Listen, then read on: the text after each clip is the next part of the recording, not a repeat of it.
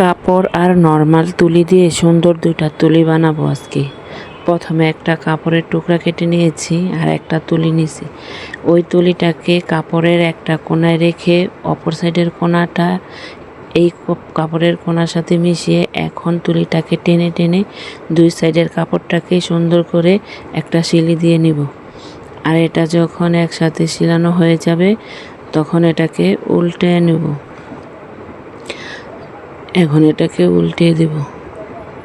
উল্টানো হয়ে গেলে দুই সাইডে যে খোলা কাপড় আছে এটাকে আবারও ঘুরিয়ে আবারও একটা সিলি দিয়ে নিব।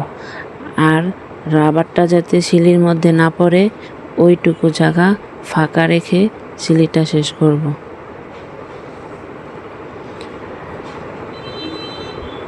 এটাকে আস্তে আস্তে টেনে টেনে সিলি দিয়ে নিতে হবে।